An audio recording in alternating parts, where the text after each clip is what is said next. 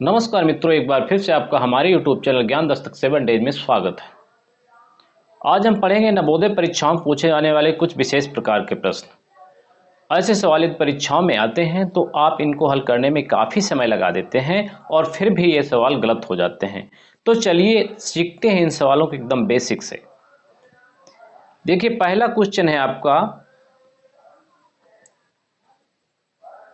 ये पहला क्वेश्चन है, रूट में x दिया गया है, प्लस का 7 है रूट के बाहर, और फिर दिया गया है बराबर में रूट 576।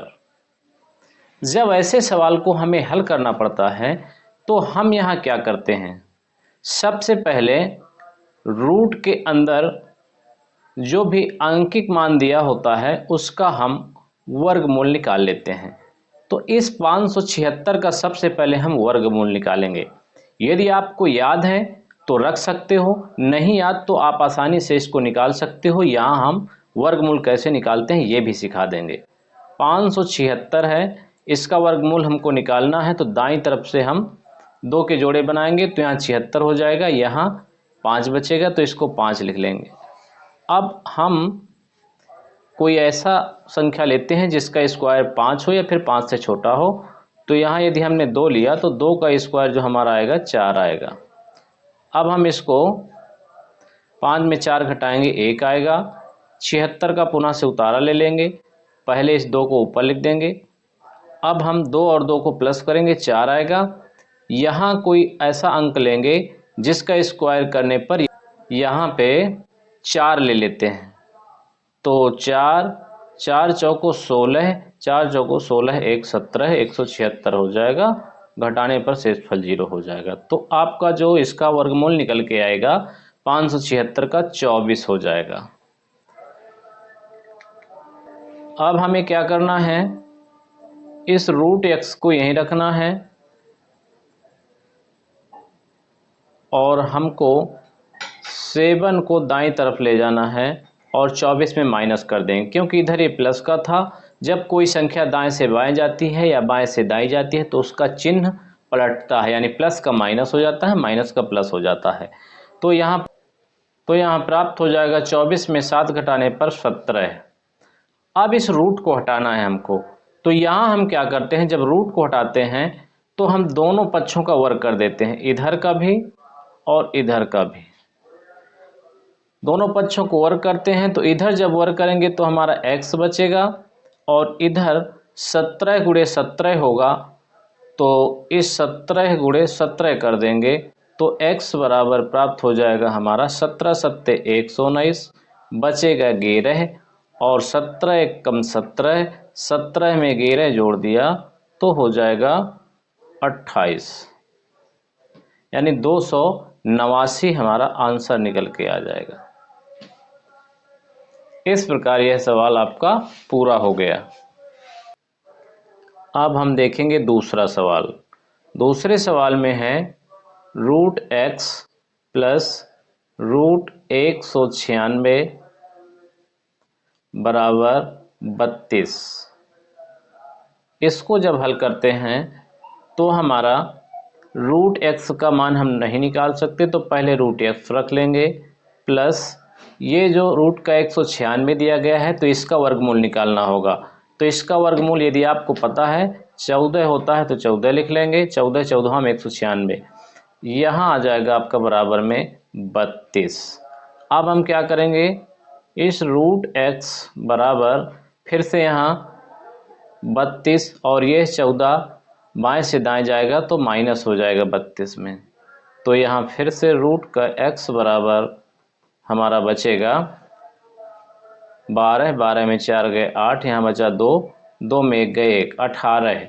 अब जब 18 बचेगा और एक तरफ रूट लगा है एक तरफ रूट नहीं है, तो यहाँ हमें फिर से दोनों पक्षों का वर्ग करना पड़ेगा, दोनों पक्षों का वर्ग करने पर। तो यह जब इसका वर्ग हम करेंगे और इस 18 का वर्ग करेंगे तो x का वर्ग करेंगे तो रूट के साथ है तो x बचेगा, और 18 का वर्ग आपका कितना हो जाएगा, 18 गुणे 18 गुणा कर लेते हैं तो कितना हो जाएगा, 18 अट्ठे 144, 144 का 4 हासिल बचे 14, 18 का 18 और 14 जोड़ दिया तो हो गया 32। तो इसका मान निकल के आ जाएगा x बराबर 324।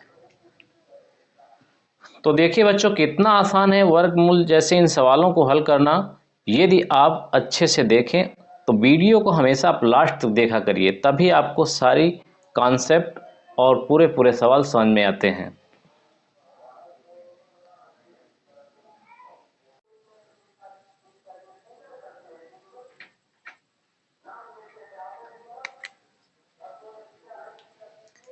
इस तरह से यहाँ 196 लिखेंगे और बटे इस अंडर रूट 225 का जो वर्गमूल निकल के आएगा 15 आ जाएगा। अब यहाँ पे इस 14 से इस 196 को काट देंगे तो प्राप्त हो जाएगा 14। अब यहाँ पे कोई संख्या कटने वाली नहीं है तो हम इस 13 को 14 से गुणा कराएंगे, बटे में लिख देंगे 15।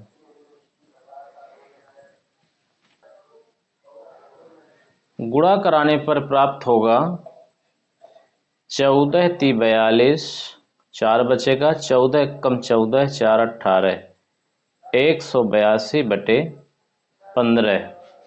यदि इसका हम भाग करें तो दशमलव में मान निकल के आएगा जो कि हमारा होगा